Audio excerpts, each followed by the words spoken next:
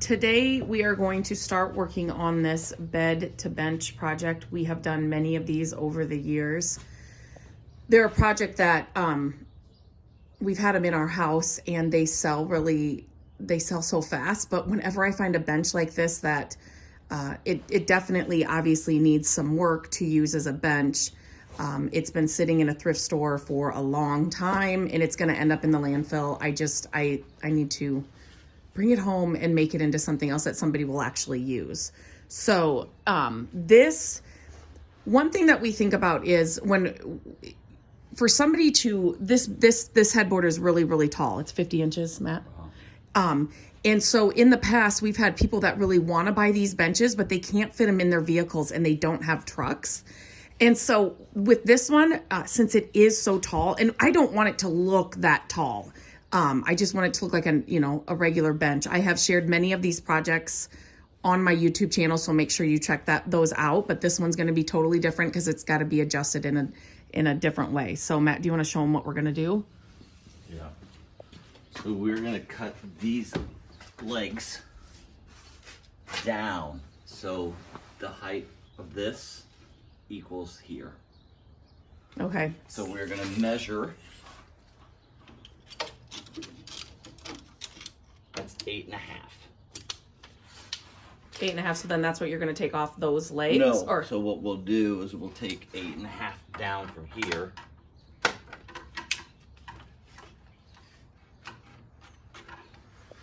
it's cold today, so we're all like bundled up and we have. So then we'll cut off 8 inches. Okay, from the bottom. And that's just going to make it. So measure this and then measure down, and that's where you have to cut off so that this will be equal with here. And then that's going to lower the headboard. Are we going to? Then this will come down 8 inches, so it'll go down to 42 inches instead of 50. So easy peasy. It's just sometimes you've got to think about those, extra little things. If you didn't want this so tall, and in this video you might not be able to tell how tall it is, but it would look like a real massive bench, and we don't want it to look that way. So that's just how we're gonna do that. And so we will start taking you through the process. Okay, so we are using the circular saw here just to cut that. You can see the line there where we're gonna cut these legs down. Yep.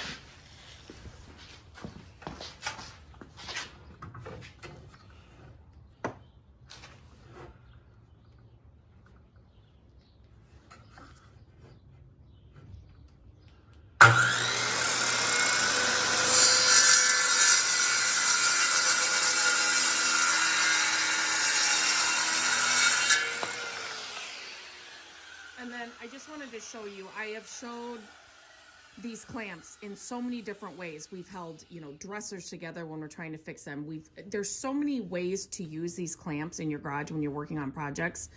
And so he just clamped this end down here on the table so that it just holds this in place when he is sawing the leg off. So these clamps are just, you need clamps in all different sizes for when you're working on projects in the garage. Ready?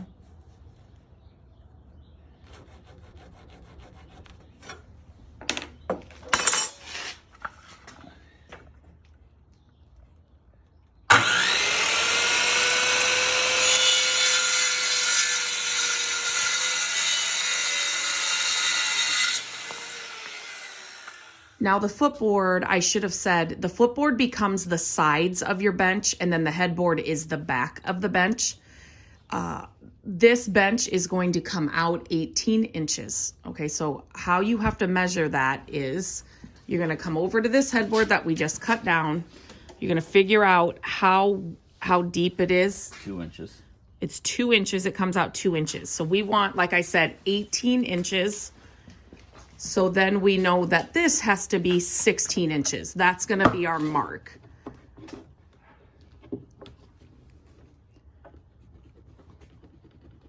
So that's our mark. That will be one side. From that over will be a side of the bench.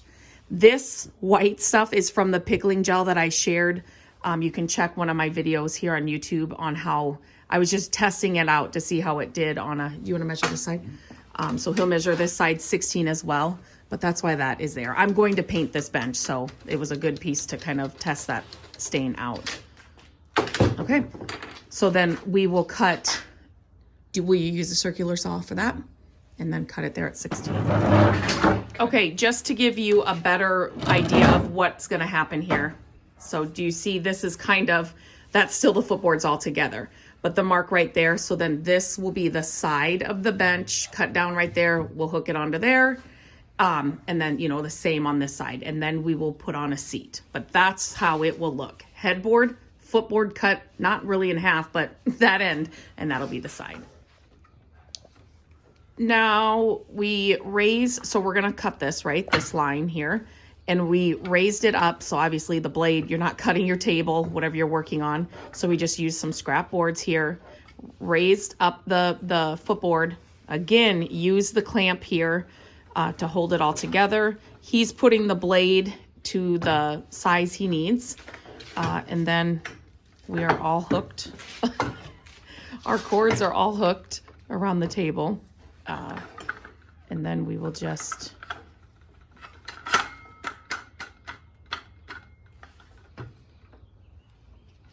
start cutting.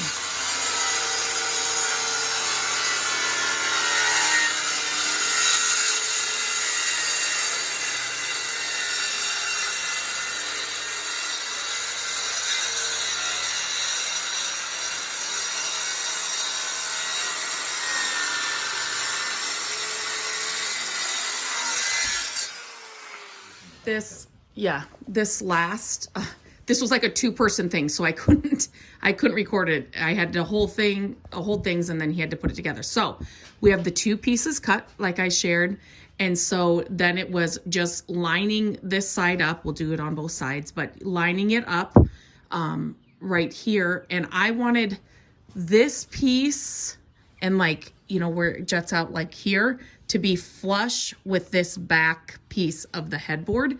So that's how we lined it up. So just made it easy that way. And again, here are clamps. We use them all the time, just in different ways. So the clamp is gonna hold it there, and then we will screw from behind into this to hold the side panels on.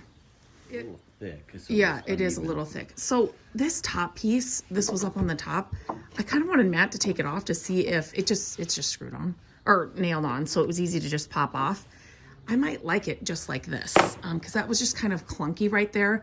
Obviously, this will all be painted one color, so that would be sanded, but I might like it without that. So I'll see. We can definitely put that piece back on, but now we're gonna screw the sides on. We are back at the back of the bench, and Matt's going to, there was a hole there, so we're just gonna use that one for now. We're going to pre-drill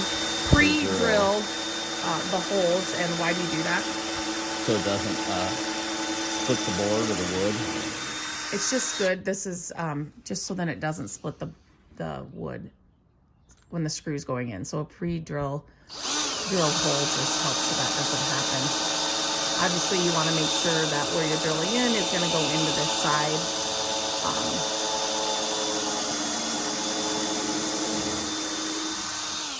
And every size, you know, drill or screw you use or drill hole, it's just going to all depend on the bed that you're working with. So why are you putting this bigger drill bit on? I like the screws to be flush, the head of it. So I just do a little bit so the screw will fit right in there, the screw head. Oops, wait, it's trying to focus. So that big drill bit, he's not going all the way through by any means. He just wants to make sure that the head of this screw kind of sits into the wood a little bit and it's not sitting out, if that makes sense. So he just uses a little bit bigger. It's nice to have 2 drills going at the same time. One for your,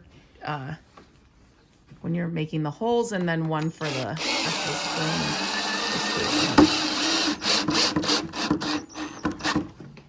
So you see, oops, how the screw is kind of inset into that, not at a great angle.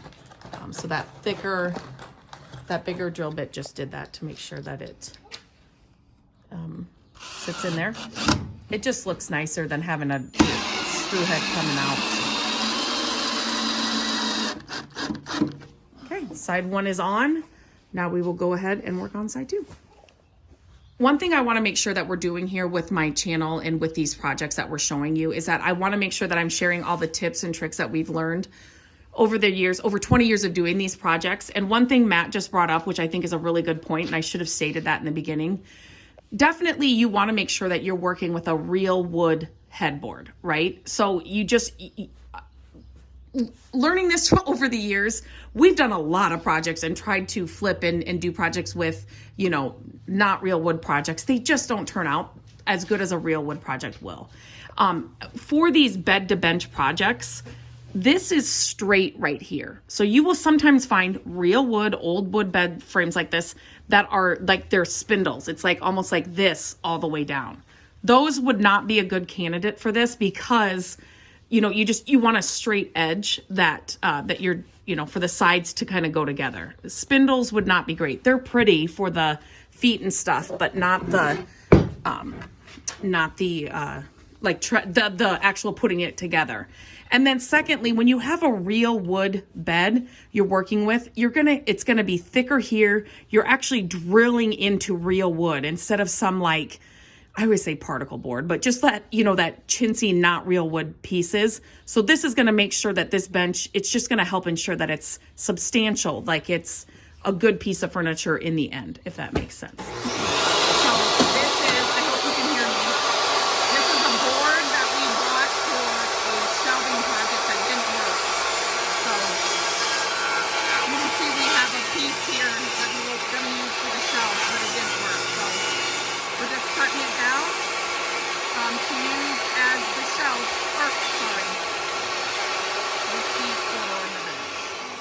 always keep, you know, we had put this piece of trim on, it didn't work for what we wanted it to work with. So obviously this is a, you know, a good board, but we weren't going to toss it out. But we keep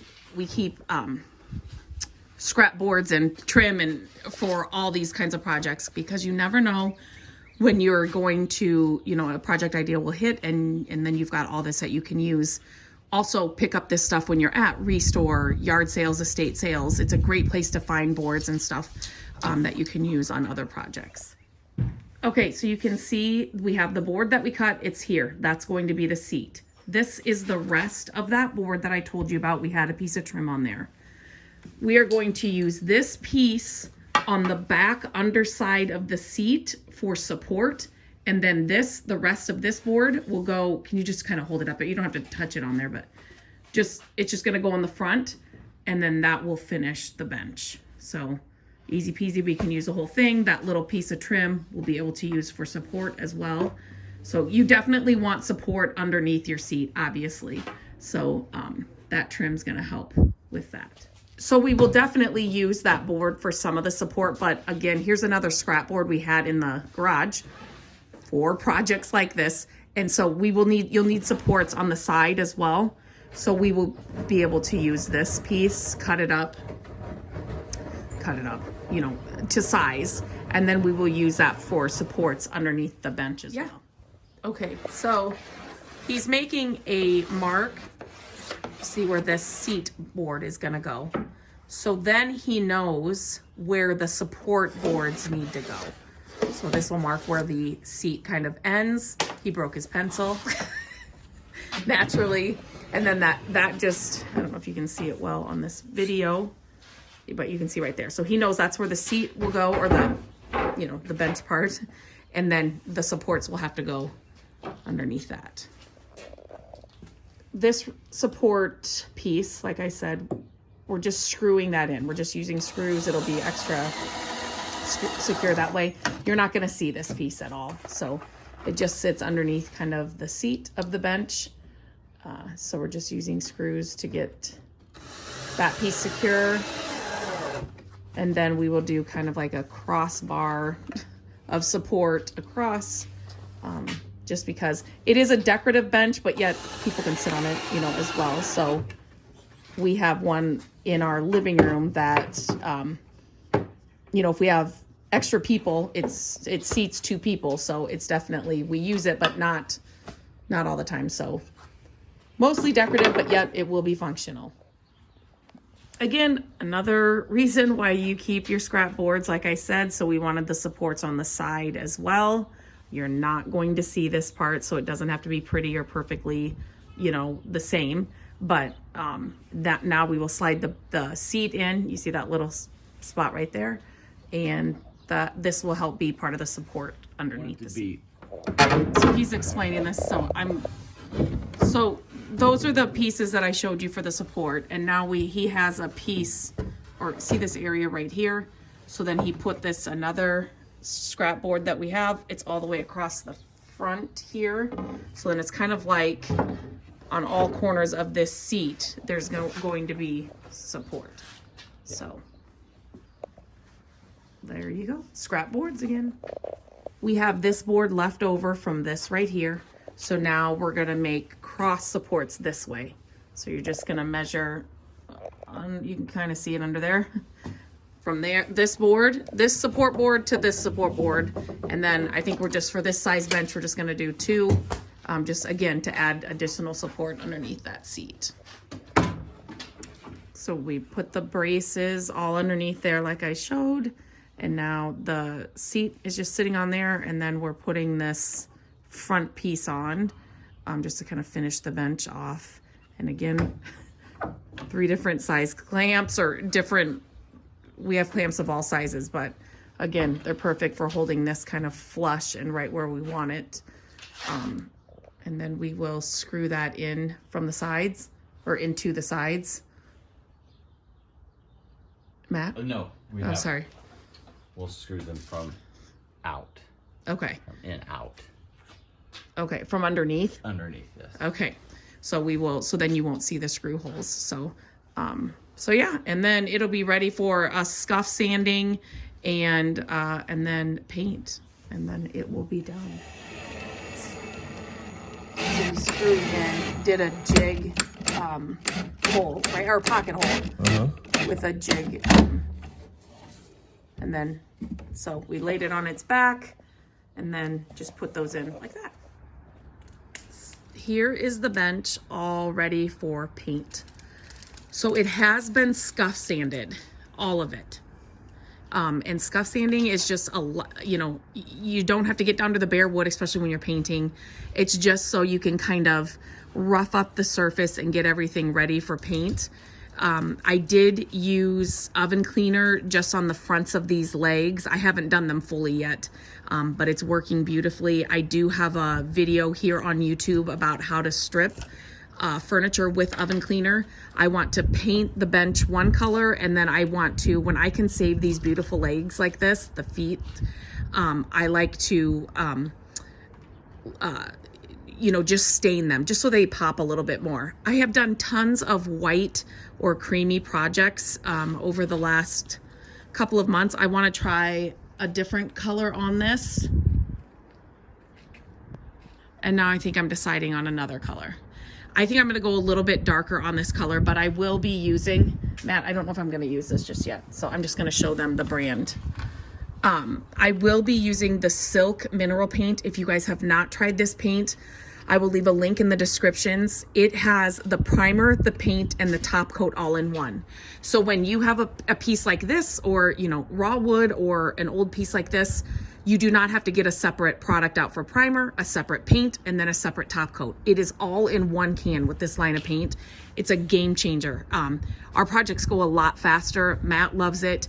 It's self-leveling, so that's another perk of using this paint.